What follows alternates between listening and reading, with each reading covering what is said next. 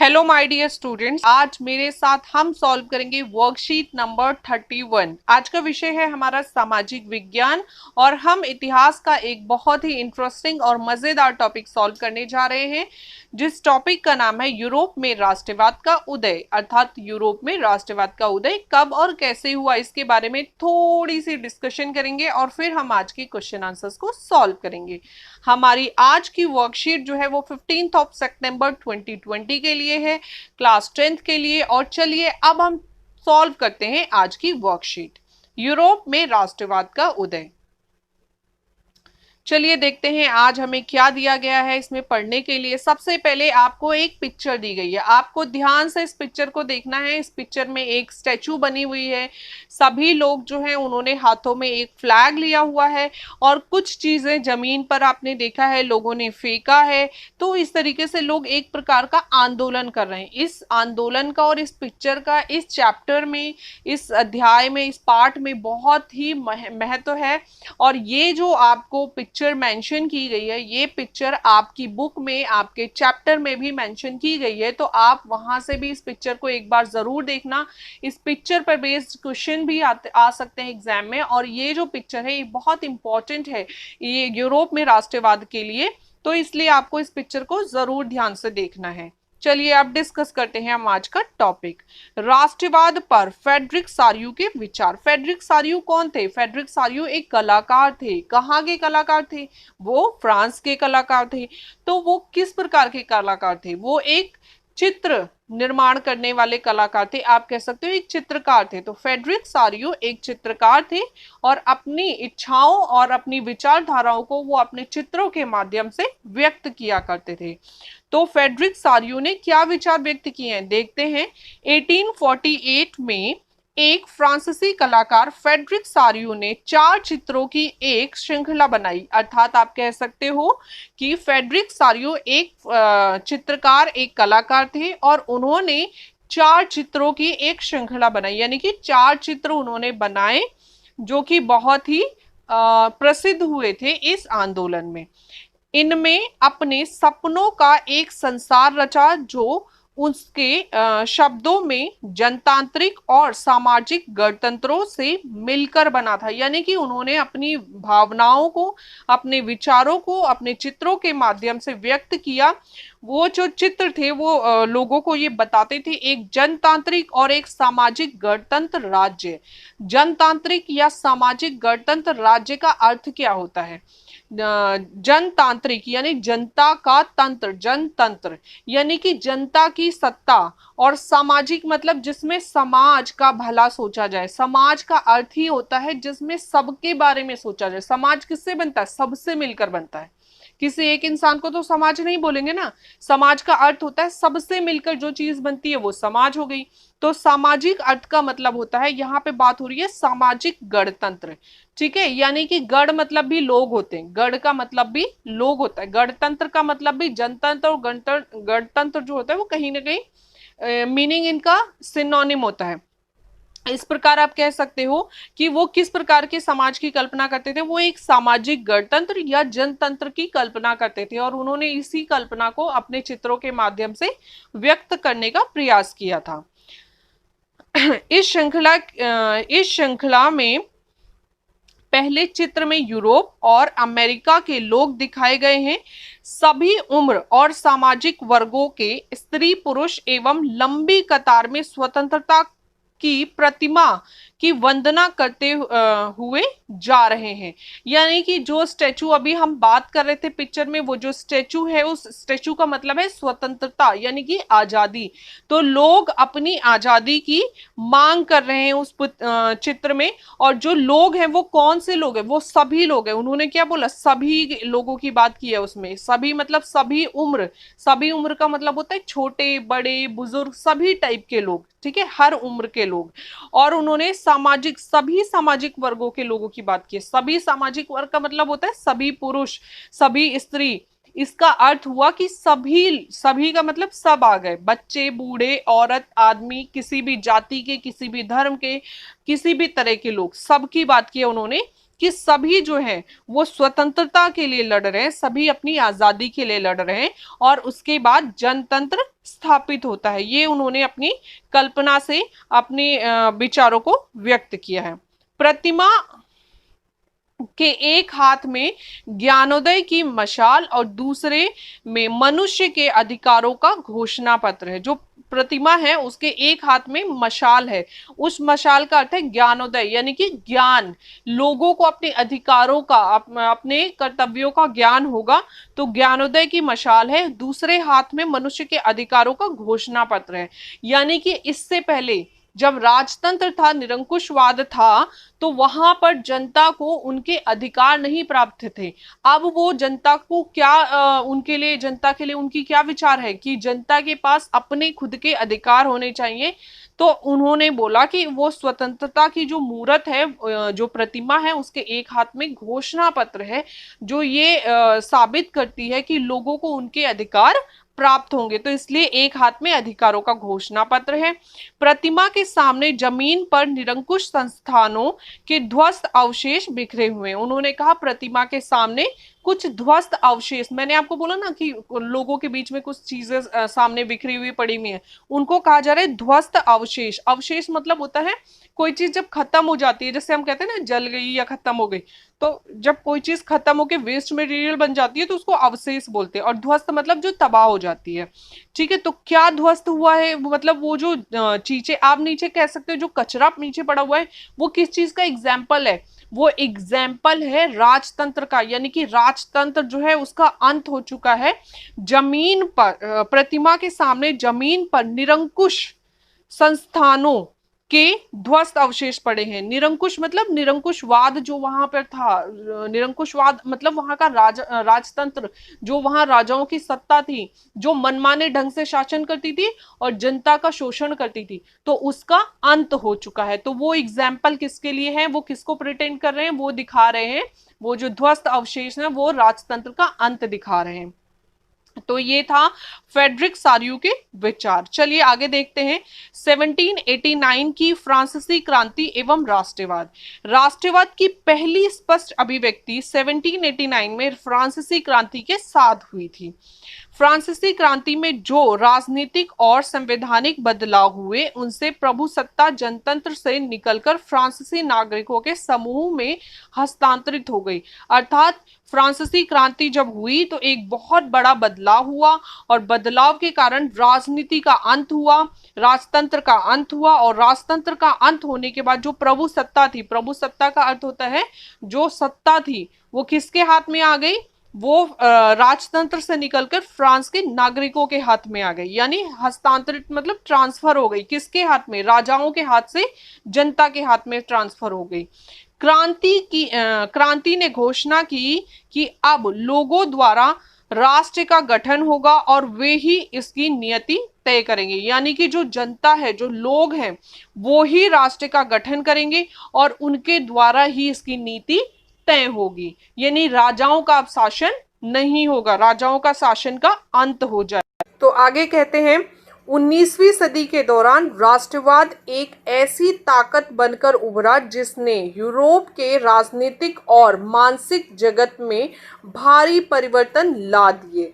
इन परिवर्तनों से अंततः यूरोप के बहुराष्ट्रीय वंशीय साम्राज्यों के स्थान पर राष्ट्रीय राज्य का उदय हुआ और राष्ट्रीय राज्य में न केवल उसके शासकों बल्कि उसके अधिकांश नागरिकों में एक साझा पहचान का भाव और साझा इतिहास या विरासत की भावना थी।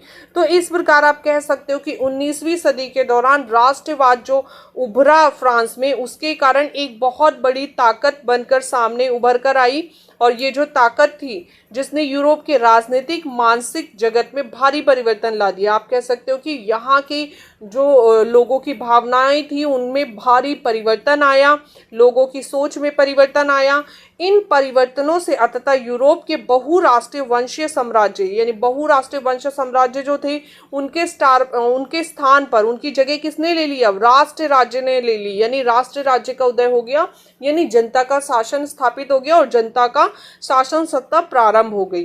राष्ट्र राज्य में न केवल उनके शासकों बल्कि उनके अधिकांश नागरिकों में एक साझा पहचान थी। आप कह सकते हो कि जो सत्ता सामने आई उसमें जो भी लोग शासन करते थे वो क्या करते थे, वो जनता के भले के लिए काम करते थे और उनकी अपनी एक आइडेंटिटी, एक पहचान होती थी। ठीक है, तो ये था हमारा आज का चैप्टर, हमारा आज का कॉन्सेप्ट। आई होप आपको समझ में आया होगा। आगे बात करते हैं राष्ट्रवाद के उदय के कारण। तो राष्ट्रवाद के उदय के क्या कारण थे, इसके कुछ मुख्य कारण थे। पहला, निरंकुश शासन व्यवस्था। दूसरा, उदारवादी विचारों का प्रसार। तीसरा, स्वतंत्रता, समानता तथा बंधुत्व का नारा। और चौथा, शिक्षित मध्य वर्ग की भूमिका। तो ये चार मुख्य कारण थे जिनके कारण राष्ट्रवाद का उदय हुआ।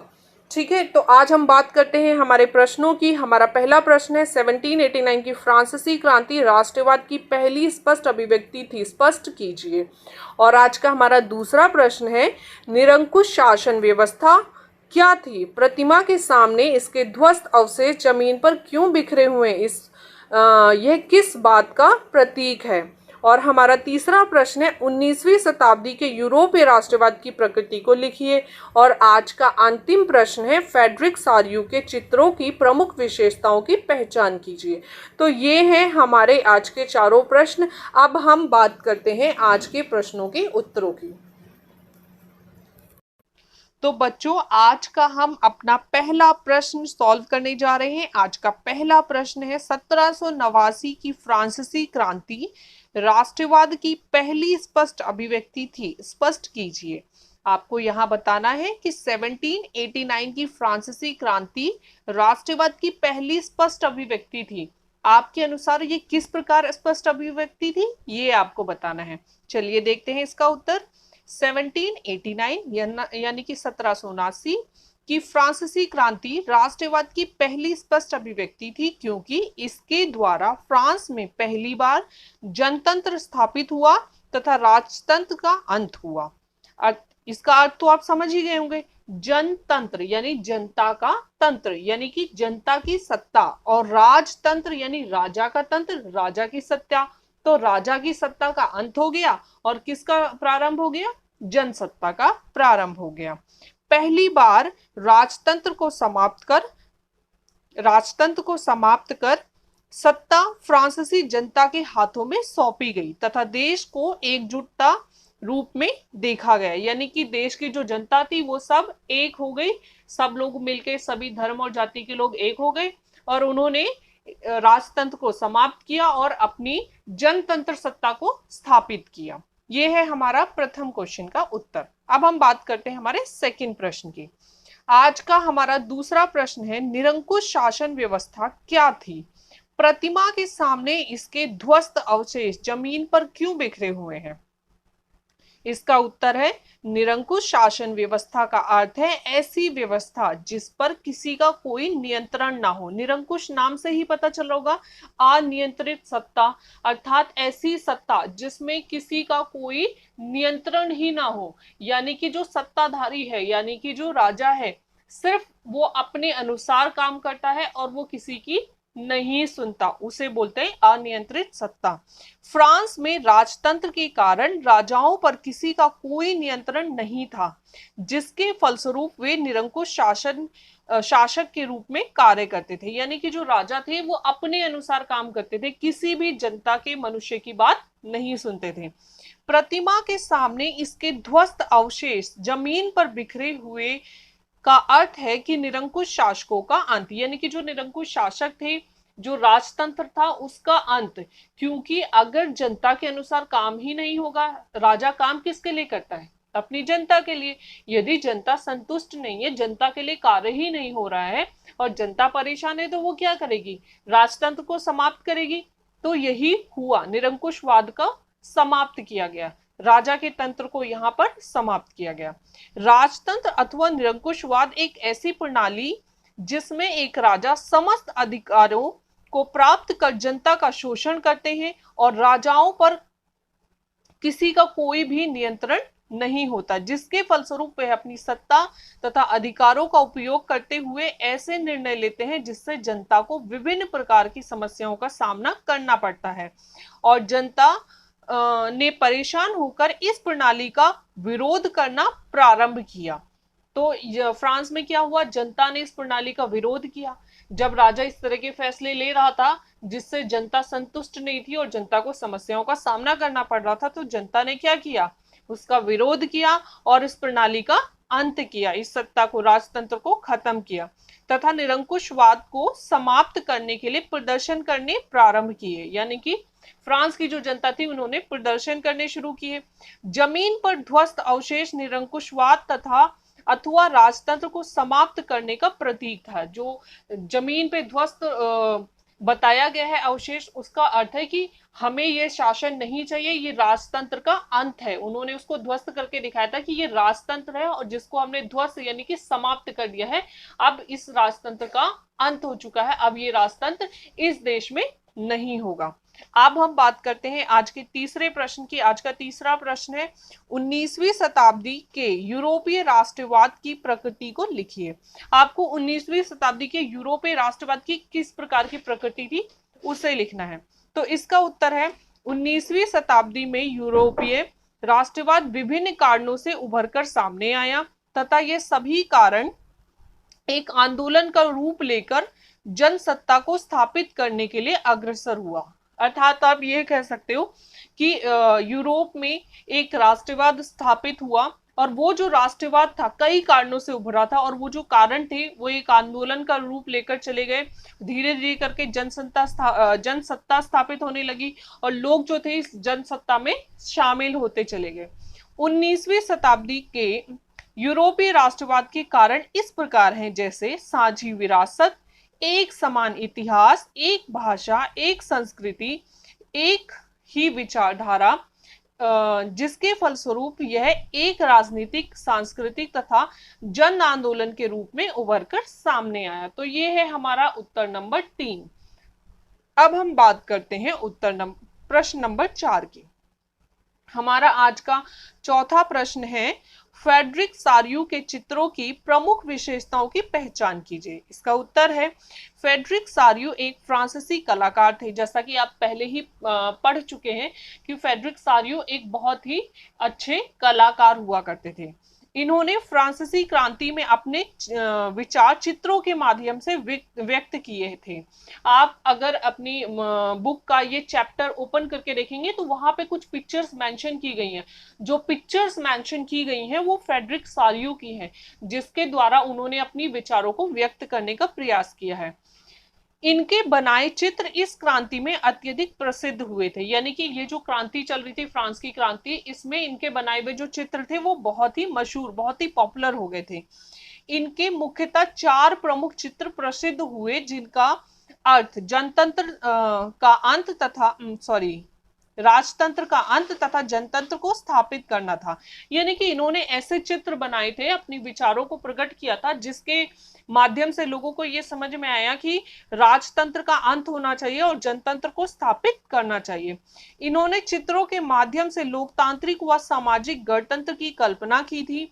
इन्होंने चित्रों के माध्यम से अपने विचारों और जनता की भावनाओं को व्यक्त किया था, जिसमें इन्होंने एक गणतंत्र राष्ट्र में राज्यों का गठन दर्शाया था। यानी कि इन्होंने एक आमूर्त कल्पना करने का प्रयास किया था अपने चित्रों के माध्यम से और जनता को प्रभावित किया था और अपनी भावनाओं को, अपने विचारों को चित्रों के माध्यम से व्यक्त किया, जिसे जनता ने समझा और इनके चित्र बहुत ही प्रसिद्ध हो गए। तो ये थे हमारे आज के चारों प्रश्न, जिसके उत्तर आपको यहाँ प्रोवाइड किए गए हैं। आप चाहे तो यहाँ से स्क्रीनशॉट लेके आंसर्स लिख सकते हैं